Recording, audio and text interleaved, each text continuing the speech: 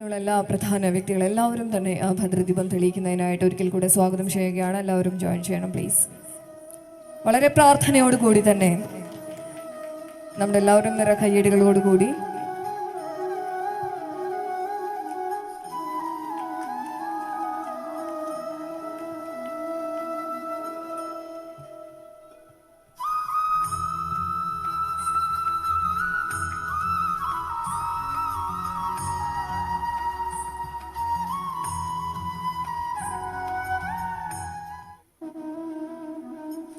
സാൻവിവോയുടെ 10ാമത് anniversary ചടങ്ങാണ് നമ്മൾ ഭദ്രദീപം തെളിയിച്ചുകൊണ്ട് ഒരു ഔദ്യോഗികമായ ഉദ്ഘാടന ചടങ്ങ് നടന്നുകൊണ്ടിരിക്കുന്നു. വേദിയിൽ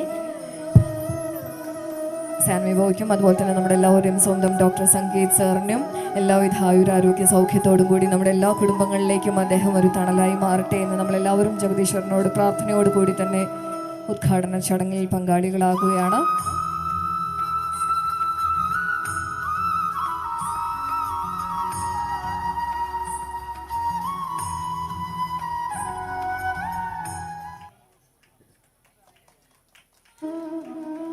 ഈ ഒരു പ്രകാശം പോലെ തന്നെ നമ്മുടെ ജീവിതത്തിൽ എപ്പോഴും അല്ലെ പ്രകാശപൂരിതമായി കൊണ്ട് തന്നെ നമ്മുടെ ഡോക്ടർ സംഗീതും സാറും അതുപോലെ തന്നെ ഈ ഒരു സാൻവിവോയും എന്നും നമ്മളോടൊപ്പം ഒരു കൈത്തണലായ ഒരു താങ്ങായി നമ്മുടെ കൂടെ ഉണ്ടാവട്ടെ എന്ന് നമ്മൾ ഒരിക്കൽ കൂടെ പ്രാർത്ഥനയോടുകൂടി തന്നെ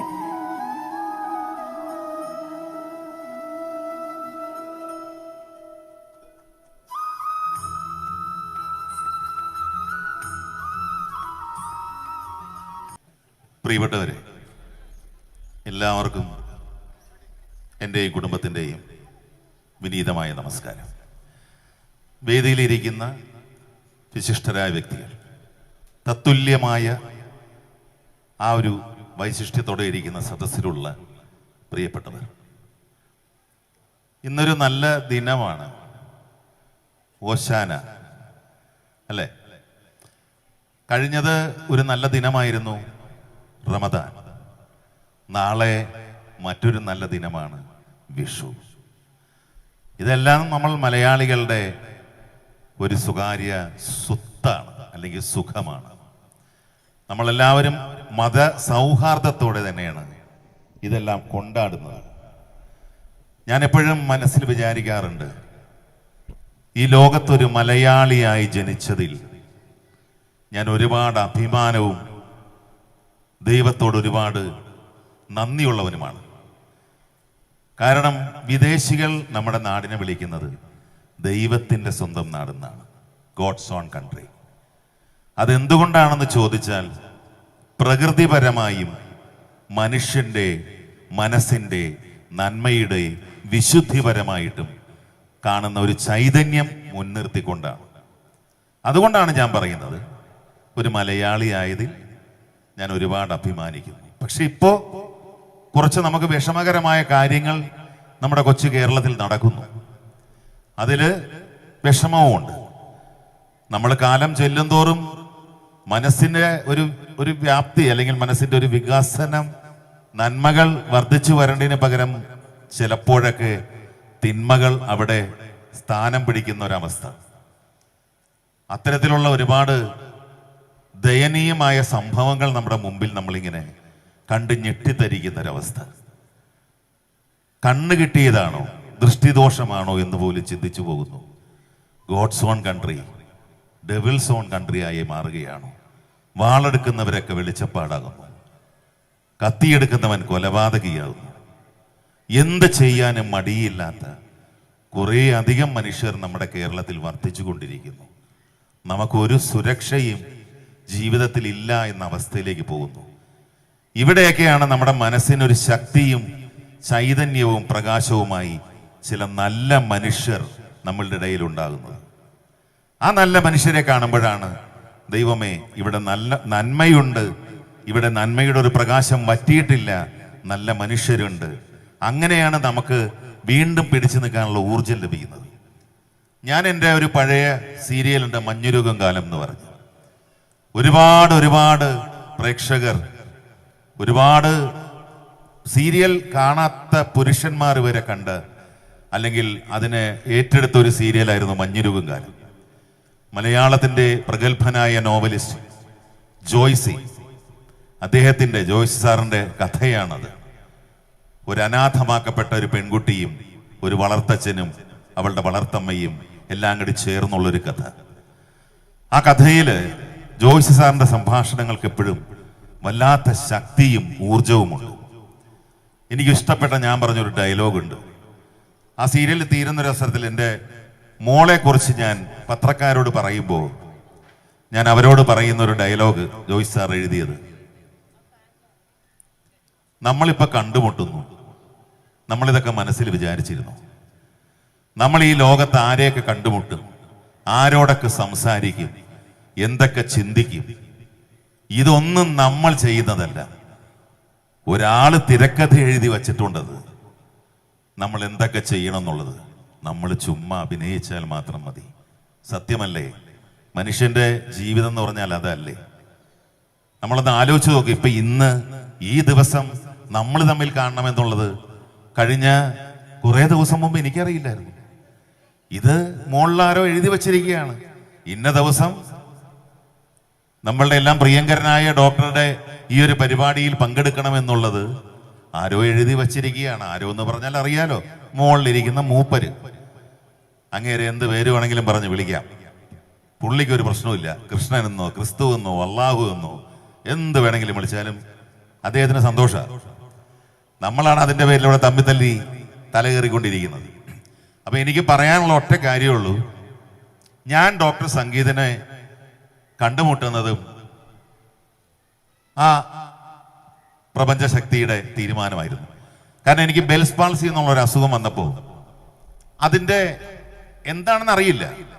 പെട്ടെന്ന് രാവിലെ പല്ല് തേക്കുമ്പോൾ ഇങ്ങനെ കാണിക്കുമ്പോൾ നമ്മൾ ഒരു വശം കോടിയിരിക്കുക. സ്വാഭാവികമായിട്ടും നമ്മൾ ചിന്തിക്കുന്നത് സ്ട്രോക്ക്, പക്ഷാഘാതം. നമ്മളുടെയൊക്കെ മനസ്സിൽ അങ്ങനെയാണ്. മുഖം കീറി കോടിക്കഴിഞ്ഞാൽ അത് പക്ഷാഘാതമാണ്, സ്ട്രോക്കാണ്. എൻ്റെ ഉള്ളിൽ ഒരു ആന്തൽ വന്നു. കാരണം ദൈവമേ, കിടപ്പിലാവാന്ന് പറഞ്ഞാൽ ചിന്തിക്കാൻ പറ്റുന്നില്ല. എന്നോട് ദൈവം ചോദിക്കുകയാണ്, നിന്നെ നാളെ മുകളിലേക്ക് എടുക്കണോ അതോ 10 വർഷം നിന്നെ കിടത്തിയിട്ട് എടുക്കണമെന്ന് ചോദിച്ചാൽ ഒരു നിമിഷം പോലും ആലോചിക്കാതെ പറയും, നാളെ തന്നെ എടുത്തോളാൻ പറയും. കാരണം ജീവിച്ചിരിക്കുന്ന സമയം ആരോഗ്യത്തോടെ ആരെയും ബുദ്ധിമുട്ടിക്കാതെ കഴിയണം, കിടക്കണം എന്നുള്ള ആഗ്രഹക്കാരനാണ് ഞാൻ. അതുകൊണ്ടാണ്, കാരണം ഞാൻ മൂലം എൻ്റെ കുടുംബം, ഞാൻ സ്വയം അനുഭവിച്ചുകൊണ്ടിരിക്കുന്ന വേദന, എൻ്റെ കുടുംബം അനുഭവിക്കുന്ന വേദന എന്തിന്? അപ്പൊ അതുകൊണ്ട് തന്നെ ഇതൊരു ഉള്ളിലൊരു ഇത് എന്നാലും പിടിച്ചു നിൽക്കുകയാണ്. എനിക്ക് കുറച്ച് ആ കാര്യത്തിലേക്ക് ഒരു ഗട്ട്സൊക്കെ ഉള്ളവന്. ഞാനൊന്നും അറിയാത്ത രീതിയിൽ താഴെ ചെന്ന് ഇവള് ചായയൊക്കെ എടുത്തു വെച്ചപ്പോൾ ഞാൻ പറഞ്ഞു, ഒന്ന് ഞായറാഴ്ചയായിരുന്നു, ഇതുപോലെ ഒരു ഞായറാഴ്ച. ഞാൻ പറഞ്ഞു നമുക്കൊന്ന് ഹോസ്പിറ്റലിൽ പോവാം. എന്തു പറ്റി? അപ്പൊ ദൈവം സഹായിച്ച എൻ്റെ ജീവിതത്തിൽ അങ്ങനെ ഹോസ്പിറ്റലിൽ കിടക്കേണ്ട ഒരു അവസ്ഥ ഇത്രയും വർഷമായിട്ട് ഉണ്ടാക്കിയിട്ടില്ല. അപ്പൊ ഇവൾക്കൊരു അതിശയം, ഞാൻ അങ്ങനെ ഹോസ്പിറ്റലിൽ പോകാന്നൊക്കെ പറഞ്ഞ് എൻ്റെ ഒരു കാര്യത്തിന് എന്താന്ന് വെച്ചാൽ ഞാൻ പറഞ്ഞ ഒന്നുമില്ലാതെ ഇവിടെ എന്തോ മാതിരി തോന്നണം, എന്തോ നോക്കട്ടെ, എന്ത് ഡോക്ടറെ ഒന്ന് കാണിക്കാന്ന് പറഞ്ഞ് നമ്മൾ സിമ്പിളായിട്ട് പറയണം. കാരണം ഈ സീരിയസ് ആയിട്ട് പറഞ്ഞ ഈ പുള്ളിയുടെ കാര്യത്തിൽ ഞാൻ നോക്കേണ്ടി വരും. പിന്നെ അപ്പൊ ഞാൻ ഇങ്ങനെ പറഞ്ഞപ്പോ എന്താന്ന് പുള്ളിക്കും ഇതായി. ഞാൻ പറഞ്ഞു ഒന്നുമില്ലടി, ഇവിടെ എന്തോ ഒരു ചെറിയ ഒരു പിടുത്തമാരി, എന്താണെന്ന് അറിയില്ല, നമുക്ക് ഡോക്ടറെ കാണാം. അപ്പോഴാണ് ഞാൻ ഇങ്ങനെ ചിരിച്ചപ്പോൾ കണ്ടത് ഇവിടെ ഒരു ചെറിയ കോടൽ കണ്ട, ആ ഇവിടെ ഒരു വ്യത്യാസം എന്താണെന്ന്. ഞാൻ പറഞ്ഞു എനിക്ക് അറിയില്ല, ഡോക്ടറെ കണ്ടാലേ അറിയുള്ളൂ, നമുക്കൊന്ന് ഡോക്ടറെ കാണാം. അപ്പൊ എന്റെ കുഞ്ഞച്ഛൻ ഡോക്ടർ, ഇപ്പൊ ഈ പറവൂര് അച്ഛൻ്റെ അനിയൻ, അദ്ദേഹത്തെ വേദന ബീനെ വിളിച്ചു.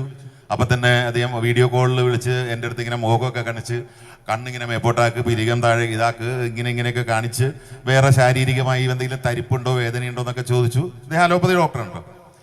അപ്പൊ അദ്ദേഹം അങ്ങനെ പറഞ്ഞു, നീ പറഞ്ഞ ടെൻഷൻ അടിക്കേണ്ടത് ബെൽസ് പാൾസിയാണ്, അദ്ദേഹത്തിന് ഒരു മാസം 5-6 പേഷ്യൻസ് ഒക്കെ വരുന്നത്, അങ്ങനെ ടെൻഷനൊന്നും വേണ്ട, എന്നാലും ഒന്ന് ഹോസ്പിറ്റലിൽ പോയി കാണിച്ചേക്കെന്നും പറഞ്ഞ് വേണമെങ്കിൽ ഒരു സ്കാനും ചെയ്തേക്കാനും പറഞ്ഞു. അങ്ങനെ ഞങ്ങൾ വൈറ്റിലയിലുള്ള വെൽത്ത് കെയർ ഹോസ്പിറ്റലിൽ പോയി കണ്ട് ആ സ്കാനും ചെയ്ത് അത് തന്നെ ബെൽസ് പാൾസി. ആ സമയത്ത് ഞാനൊരു ഉള്ളിലൊരു ഭയം എനിക്ക് വന്നിരുന്നു, ഈ കിടപ്പിലാവും എന്നുള്ള ആ ഭയമില്ലേ, അതിൻ്റെ എനിക്ക് പ്രഷറൈസ് ആയി. ഞാൻ അതുവരെ എനിക്ക് പ്രഷറില്ല, എൻ്റെ പ്രഷർ ഇങ്ങനെ കയറിയിട്ട് താഴേക്ക് പോകുന്നില്ല. അപ്പം അതിൻ്റെ അസ്വസ്ഥത കണ്ണുകളിലും തലയിലൊക്കെ ഉണ്ട്. 2-3 ദിവസം കഴിഞ്ഞപ്പോൾ എൻ്റെ കുഞ്ഞച്ഛൻ 2 ദിവസമല്ല, പിറ്റേ ദിവസം തന്നെ പറഞ്ഞു, നീ പ്രഷറിൻ്റെ ഗുളിക കഴിച്ചു തുടങ്ങിക്കോളാം. പ്രഷറൊക്കെ നോക്കുമ്പോൾ താഴണില്ല, നമ്മളുടെ ഉള്ളിൽ വന്ന ടെൻഷനേ. അത് കഴിഞ്ഞ് ഞാൻ വിചാരിച്ചു, ദൈവമേ ഞാൻ പ്രഷർ രോഗിയായി. അങ്ങനെ പ്രഷറിൻ്റെ ഗുളിക കഴിച്ചു തുടങ്ങി കുറച്ച് ഒരു മാസം കണ്ട് കഴിച്ചു ഞാൻ. എനിക്ക് വേറെ പ്രശ്നമൊന്നുമില്ല, അന്നേരത്തെ പ്രഷർ തീർന്നത് കഴിഞ്ഞു. പക്ഷെ ഇവിടെ ഒരു ചിട്ടവട്ടം ഉണ്ടല്ലോ, ഷുഗറും പ്രഷറും തുടങ്ങി കഴിഞ്ഞാൽ പിന്നെ കണ്ണടക്കുന്ന വരെ ഈ സാധനം കഴിച്ചുകൊണ്ടിരുന്നോളല്ലോ. എനിക്ക് സഹിക്കാൻ പറ്റണില്ല. ഞാൻ പറഞ്ഞു ഞാൻ വേണമെങ്കിൽ ചാവട്ടെ വാങ്ങാത്തെന്ന് പറഞ്ഞു പ്രഷറിൻ്റെ ഗുളിക ഞാൻ നിർത്തി. കുഞ്ഞച്ചനോടൊന്നും പറയാൻ പോയില്ല. പക്ഷേ കഴിച്ചിൽ നിർത്തിയിട്ട് ഇപ്പോൾ 3 വർഷമായി. എനിക്ക് കുഴപ്പമൊന്നുമില്ല. അത് 1 വർഷം ഞാൻ കണ്ടിന്യൂ ചെയ്തിരുന്നെങ്കിൽ ഞാൻ ആ ഗുളികയ്ക്ക് അടിമയായി പോയേനെ. ഞാൻ ഇതൊക്കെ പറയണതെന്ന് വെച്ചാൽ ഈ അലോപ്പതി ആരും കുറ്റപ്പെടുത്തുന്നതല്ല. എൻ്റെ വീട്ടിലൊക്കെ ഉള്ളത് എല്ലാ അലോപ്പതി ഡോക്ടർമാരാണ്, എല്ലാവരും പ്രഗത്ഭന്മാർ തന്നെയാണ്. പക്ഷെ ചിലതൊക്കെ ഈ ഗുളികകളിൽ അങ്ങോട്ട് വീണ് കഴിഞ്ഞാൽ പിന്നെ അതിൽ തന്നെ നമ്മൾ മുന്നോട്ട് പോകും. ഇവിടെയാണ് ഡോക്ടർ സംഗീത് എന്ന് പറയുന്ന, നമ്മൾ ഈ ഡോക്ടർമാരെ പറയുന്നത് എന്നാ, ഈശ്വരന്റെ കരങ്ങൾ എന്നാണ്. ദൈവത്തിന്റെ കരങ്ങളാണ് ഡോക്ടർമാർ. എത്ര ജീവനുകളെയാണ് അവർ രക്ഷിക്കുന്നത്, അതെല്ലാ വിഭാഗത്തിലുണ്ട്. പക്ഷെ ഞാൻ ഡോക്ടറെ കാണുന്നത്, ഞാൻ എൻ്റെ യൂട്യൂബ് ചാനലായ മനൂസ് വിഷനിൽ ഞാനൊരു വീഡിയോ വെറുതെ ഇട്ടു. അന്ന് ഞാൻ അടിച്ച ടെൻഷൻ ഇനി ആർക്കും വരരുത്. ഈ ബെൽസ് പാൾസി എന്ന് പറഞ്ഞൊരു അസുഖമുണ്ട്, വലിയ പ്രശ്നമില്ല. കാറ്റടിച്ച മുഖത്ത് തണുപ്പടിച്ച ചെവിയിൽ വെള്ളം പോയാലോ തണുപ്പുള്ള സ്ഥലങ്ങളിൽ ചെന്നാലോ ഒട്ടുമിക്കവർക്കും വരുന്ന രോഗമല്ല അത്. ഇവിടുത്തെ ഞരമ്പൊന്ന് ഇൻഫെക്റ്റഡ് ആവുന്നു, നമുക്ക് ഇൻഫെക്ഷൻ വരുന്നു, ജലദോഷം വരുന്നു എന്നൊക്കെ പറഞ്ഞാൽ ഇത് ഇൻഫെക്റ്റഡ് ആകുമ്പോൾ ഇവിടുത്തെ ഇതിൻ്റെ ഒരു പ്രവർത്തനം ഒന്ന് ചെറുതാവും. ഇവിടത്തെ പ്രവർത്തനം നല്ല വലുതായിട്ട് നിൽക്കുമ്പോൾ ഒരു വലിച്ചിൽ വരുന്നു. ഇത്രയേ ഉള്ളൂ. ഈ കഴുത്തിന് മേപ്പോട്ടേക്ക് മാത്രമേ പ്രശ്നമുള്ളൂ. അത് സ്വാഭാവികമായിട്ട് മാറുകയും ചെയ്യും. ചിലവരുടെ കുറച്ച് സമയം എടുക്കും. അന്ന് ഹോസ്പിറ്റലിൽ ചെന്ന് അതിൻ്റെ ഗുളിക തന്നു 2 ആഴ്ചത്തേക്ക്, പിന്നെ എന്തോ ഒരു ഇത് ചെയ്യണമെന്നും പറഞ്ഞു. അങ്ങനെ ഇരിക്കുമ്പോൾ ഞാൻ വീഡിയോ ഇട്ട് വിധി അടിച്ചു മാറ്റി ഷേപ്പ് മാറ്റിയ മുഖം എന്നും പറഞ്ഞ് ഞാനൊരു വീഡിയോ അങ്ങനെ ഇട്ട് കഴിഞ്ഞപ്പോൾ ആ വീഡിയോ ആണ് എൻ്റെ കൂട്ടുകാരൻ ഷാമോൻ ഇതറിഞ്ഞിട്ട് ഞങ്ങൾ ആരോടും പറഞ്ഞിട്ടില്ല ഈ സംഭവം. വീഡിയോ കണ്ടതിന് ശേഷം എല്ലാവരും എൻ്റെ മുഖം ഇങ്ങനെ കാണുന്നത്. അത് കാണിച്ചുകൊണ്ട് തന്നെ ഞാൻ വീഡിയോ ഇട്ടത്. ബെൽസ് പാൾസി എന്ന് പറഞ്ഞൊരു അസുഖമുണ്ട്. ദയവ് ചെയ്ത് വന്ന ആരും ടെൻഷൻ അടിക്കരുത്. സ്ട്രോക്കോ പക്ഷാഘാതമോ അല്ല എന്ന് കാണിക്കാൻ വേണ്ടി ഒരു അവയർനെസ്. ആ വീഡിയോ കണ്ടിട്ടാണ് എൻ്റെ സുഹൃത്ത് ഷാമോൻ എന്നെ വിളിച്ച് ആ വേറൊരു കൂട്ടുകാരൻ മുഖാന്തരം ഡോക്ടർ സംഗീതിൻ്റെ കാര്യം പറയുന്നത്. ഇങ്ങനെ ഒരു ഡോക്ടറുണ്ട് ചാലക്കുടിയിൽ, അദ്ദേഹം ഇതൊക്കെ വന്നു കഴിഞ്ഞാൽ ഇങ്ങനെയുള്ള സെറിബ്രൽ പാൾസി, ബെൽസ് പാൾസി ഇതൊക്കെ ഈ കൈകൊണ്ട് പിടിച്ച് ശരിയാക്കുന്ന ആളാണ്. ഞാൻ പറഞ്ഞ പോവാം ശരി ഓക്കെ, അന്ന് പോയി പിടിച്ച് കഴിഞ്ഞാൽ ശരിയാവും എന്നൊക്കെ പറഞ്ഞു. പോവാ എന്ന് പറഞ്ഞിട്ട് നമ്മൾ സ്വതസിദ്ധമായ മടിയോടെ നിൽക്കുന്നു. ഷാമോൻ എന്നെ പിടിച്ച പിടിയാലെ, ഷാമോൻ പെൻഡാമേനകയിൽ മൊബൈൽ ബിസിനസ്സൊക്കെയാണ്, പിടിച്ച പിടിയാലെ തന്നെ എന്നെ കൊണ്ടുപോവാണ്. ഷാമോൻ ഒരു സുഹൃത്തും കൂടെ, ഞാനും വൈഫും ഞങ്ങളെല്ലാം രാത്രി അന്ന് ഡോക്ടറുടെ മോളുടെ അഡ്മിഷന്റെ കാര്യത്തിന് കോഴിക്കോട് പോയിട്ട് വരണു. ഈ സുഹൃത്ത് ഡോക്ടറെ വിളിച്ചത്, അദ്ദേഹം അവശതയിൽ കോഴിക്കോട് നിന്ന് ഡ്രൈവ് ചെയ്ത് വന്നുകൊണ്ടിരിക്കുന്ന മനുഷ്യനാണ്. എങ്ങനെ കാര്യം പറഞ്ഞു, ഞാനാണ് ആള്. അപ്പൊ എന്നെ ഒന്ന് നോക്കണം എന്ന് പറഞ്ഞാൽ ഡോക്ടർ ശരി അങ്ങോട്ട് വന്നോളാൻ പറഞ്ഞു ഹോസ്പിറ്റലിലേക്ക്. ഒന്ന് ആലോചിച്ച് നോക്ക്, വേറെ ആരാണെങ്കിലും നാളെ ചെയ്യാന്നല്ലേ പറയുള്ളൂ. അത്രയ്ക്ക് അവശതയിലാണ് വന്നുകൊണ്ടിരിക്കുന്നത്. കാരണം ഇത്രയും ഡ്രൈവ് ചെയ്ത് വരാല്ലേ മണിക്കൂറുകളോളം. എന്നിട്ട് ഡോക്ടർ വന്നത് 11:30 മണിയെ കണ്ടായി. ഞങ്ങൾ ആ സമയത്താണ് അവിടെ ചെന്നത്. രാത്രി ഇരുന്നുകൊണ്ടാണ് ഡോക്ടർ ആ പാവം ഈ ഡ്രൈവ് ചെയ്ത് വന്ന മനുഷ്യൻ എൻ്റെ ഈ മുഖത്തൊക്കെ പിടിച്ചതൊക്കെ ഒന്ന് ശരിയാക്കിയത്. പിടിച്ചു കഴിഞ്ഞപ്പോൾ എനിക്ക് സത്യം പറഞ്ഞാൽ ജീവൻ പോണ വേദനയായിരുന്നു. കാരണം ഡോക്ടർ ഇന്ന സ്ഥലത്ത് പിടിക്കുമ്പോൾ ഇവിടെ കുഴപ്പമുണ്ടോ, ഇവിടെ ഇല്ല. ഒരു സ്ഥലത്ത് പിടിച്ചപ്പോൾ ഭയങ്കര വേദന. അപ്പോൾ അവിടെ ഒരു ബ്ലോക്കാണ്. അതൊക്കെ ഈ പറഞ്ഞ ബ്ലോക്കിനെയൊക്കെ ക്ലിയർ. നമുക്കിതൊന്നും ഒരു പിടുത്തമില്ല. ഈ ഒരു മനുഷ്യൻ കൈകൊണ്ട് ചികിത്സിക്കുക എന്ന് പറയുന്നത് എൻ്റെ ലൈഫിൽ ഞാൻ ആദ്യമായിട്ട് കാണാണ്.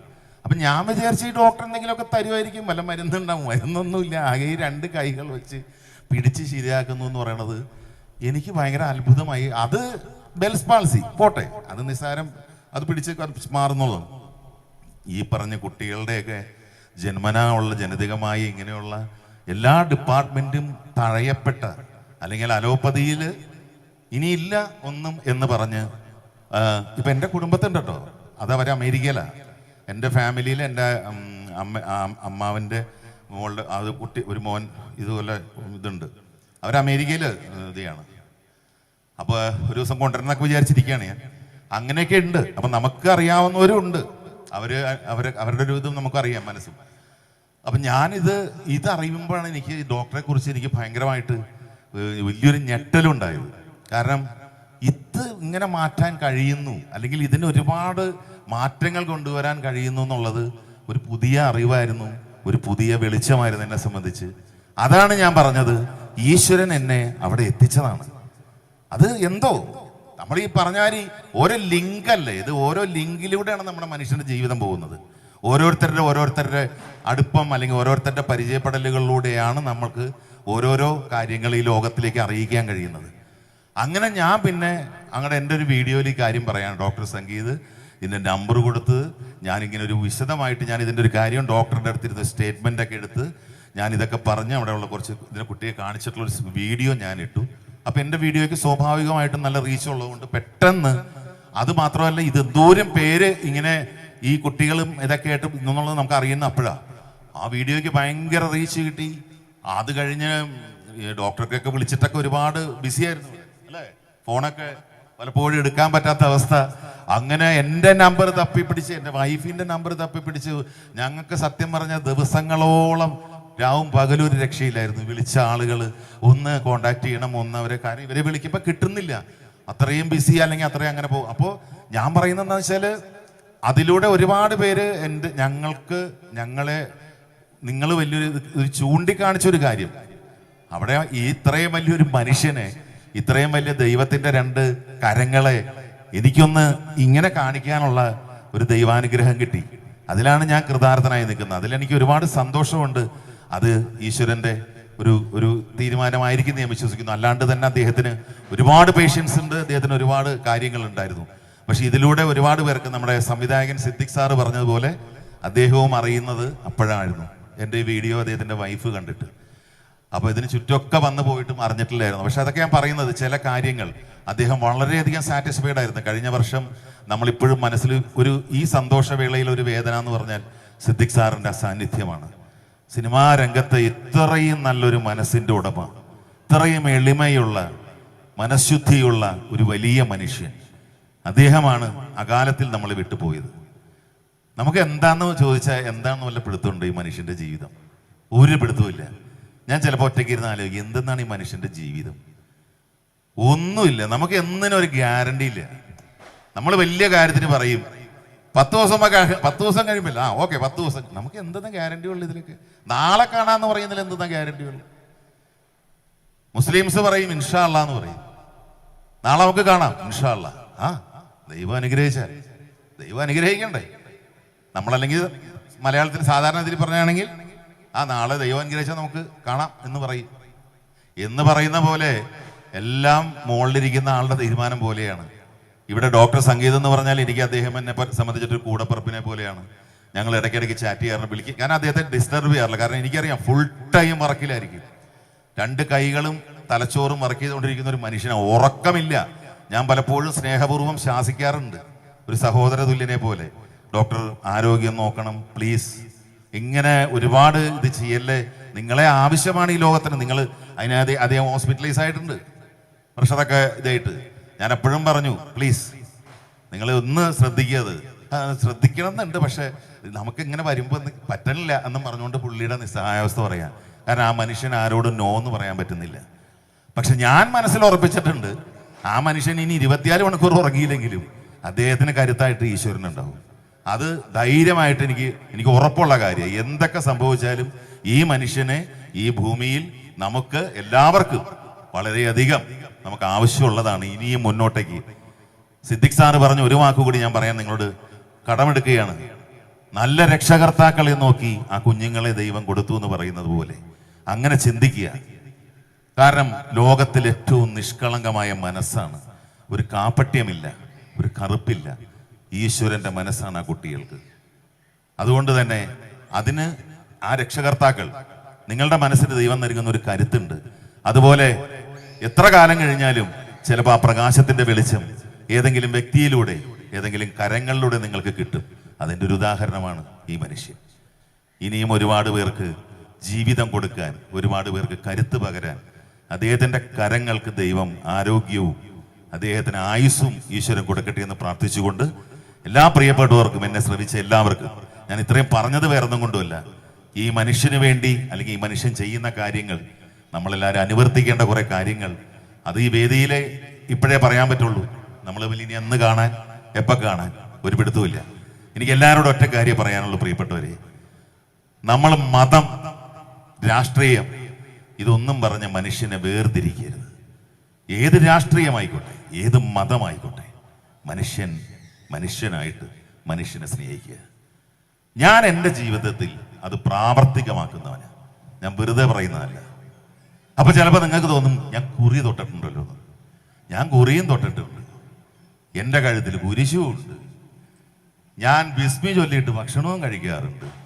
ഇതൊന്നും ഞാൻ നിങ്ങളെ ബോധ്യപ്പെടുത്തുക വേറൊന്നും കൊണ്ടുമല്ല, എന്നിൽ ഇതെല്ലാം ഉണ്ട്. എൻ്റെ വീട്ടിൽ വിളക്ക് കത്തിക്കുന്നിടത്ത് കർത്താവും ഉണ്ട്, പരിശുദ്ധ ഖുറാനും ഉണ്ട്, മക്കയും ഉണ്ട്, കൃഷ്ണനും ഉണ്ട്, ഭഗവതിയുണ്ട്, മാതാവും ഉണ്ട്, എല്ലാവരും ഉണ്ട്. എൻ്റെ പെണ്ണുമ്പിള്ളെ അറിയാലോ, അതും വേറൊരു മതമാണ്. എൻ്റെ മോൻ എന്ന് പറഞ്ഞാൽ ഹിന്ദുസ്ഥാനിയാണ്, ഹിന്ദുവും ക്രിസ്ത്യാനിയും ചേർന്ന ഹിന്ദുസ്ഥാനി. അപ്പൊ ഇതുകൊണ്ട് ഞാൻ നിങ്ങളോട് പറയുന്നു, മതം മതം എന്ന് പറഞ്ഞ് നിങ്ങളിങ്ങനെ മതം പൊട്ടരുത്. മതത്തിന് ഒരു മണ്ണാങ്കട്ടയില്ല. മതം മനുഷ്യനുണ്ടാക്കിയതാണ്, മതഗ്രന്ഥങ്ങൾ മനുഷ്യനുണ്ടാക്കിയതാണ്. ദൈവം എന്ന് പറയുന്ന എല്ലാം മനുഷ്യ സൃഷ്ടിയാണതെല്ലാം.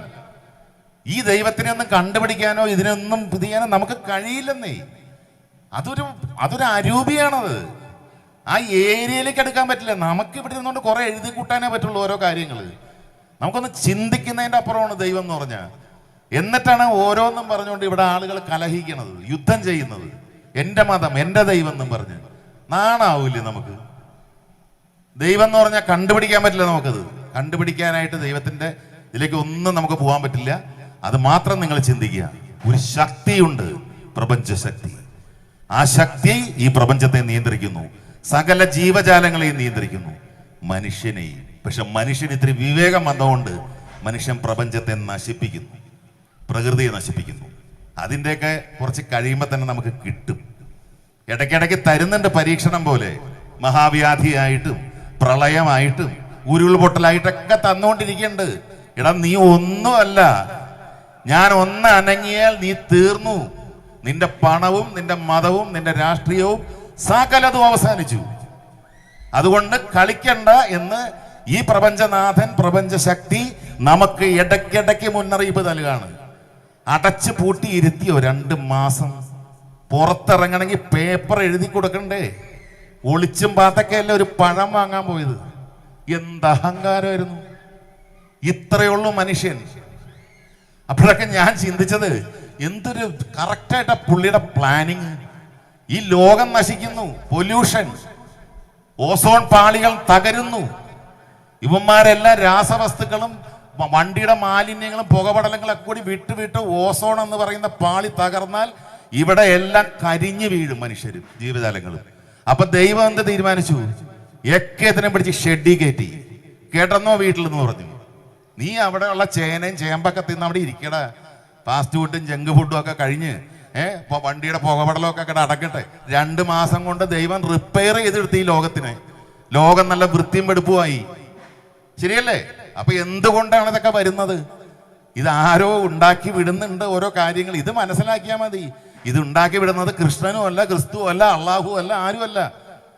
അതൊക്കെ മേലെ അതിനെ പേര് പോലും വിളിക്കാൻ നമുക്കറിയില്ല. നമ്മളതിനെ പ്രപഞ്ചനാഥൻ എന്ന് വിളിക്കും.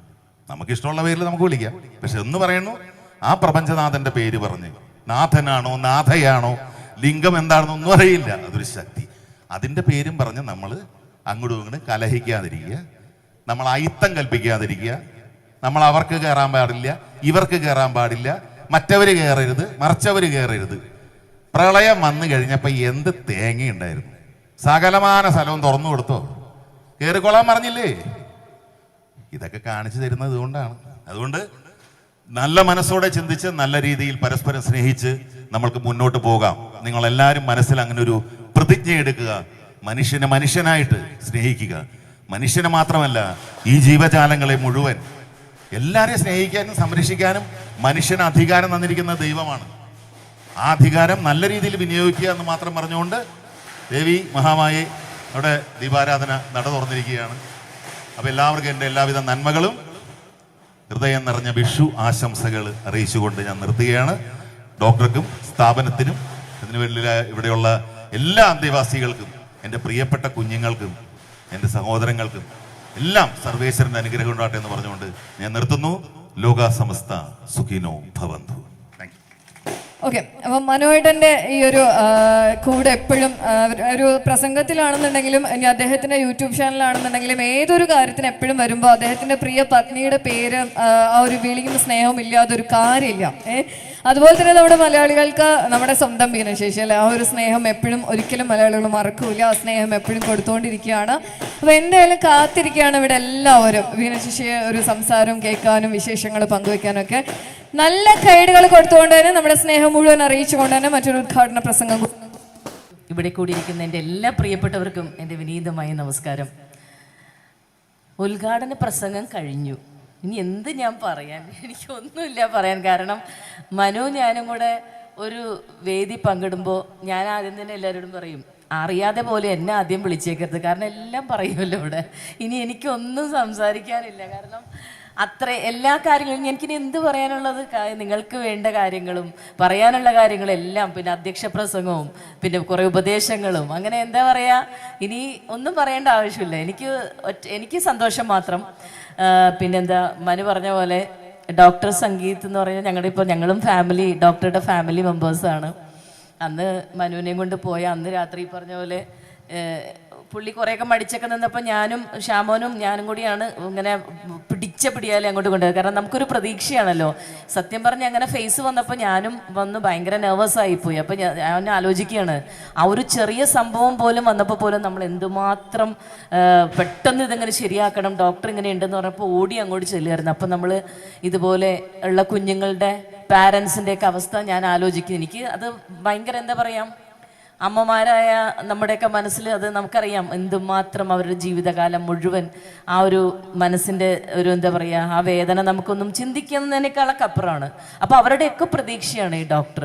അപ്പോൾ ഡോക്ടറുടെ കരങ്ങൾക്ക് ഇനിയും ഒരുപാട് വർഷങ്ങൾ ഒരുപാട് കുഞ്ഞുങ്ങൾക്ക് എന്താ പറയുക രക്ഷയാകാനായിട്ട് ആ കരങ്ങൾക്ക് ശക്തി തരട്ടെ എന്ന് മാത്രം ഞാൻ ഈ 10ാമത്തെ വർഷം ആഘോഷിക്കുന്ന ഈ വേളയിൽ ഞാൻ ആശംസിക്കുകയാണ്. ദൈവാനുഗ്രഹം ആവോളം അദ്ദേഹത്തിന് ആയുസ്സും ആരോഗ്യവും ഒക്കെ കൊടുക്കട്ടെ. പിന്നെന്താ പറയാനുള്ളത്, പിന്നെ സന്തോഷം. ഇത്രയും നല്ലൊരു എന്താ പറയുക, നമ്മൾ വിഷു ആഘോഷിക്കുന്ന അല്ലെങ്കിൽ ഈസ്റ്റർ ആഘോഷിക്കുന്നതൊക്കെ വേളയാണ്. എന്താണ് 2 ദിവസം കഴിഞ്ഞാൽ ഈസ്റ്ററുമാണ്. അപ്പം അങ്ങനെ വളരെ ഏറ്റവും ഐശ്വര്യമായ അല്ലെങ്കിൽ ഏറ്റവും സമ്പൽ സമൃദ്ധിയുടെ ഒരു കാലമാണല്ലോ വിഷുക്കാലം എന്ന് പറഞ്ഞാൽ. അപ്പം അങ്ങനെ ഏറ്റവും നല്ല കാലത്തിലാണ്, ഒരു സമയത്താണ് നമ്മുടെ ഈ ഒരു ആഘോഷങ്ങൾ നടക്കുന്നത്. അങ്ങനെ എല്ലാവർക്കും നന്മകൾ ഉണ്ടാവട്ടെ എന്ന് ഞാൻ ആത്മാർത്ഥമായിട്ട് ആശംസിക്കുന്നു. പിന്നെ ഞങ്ങളെ വിളിച്ചതിനും ഡോക്ടറോട് ഒരുപാട് നന്ദി പറയാണ്.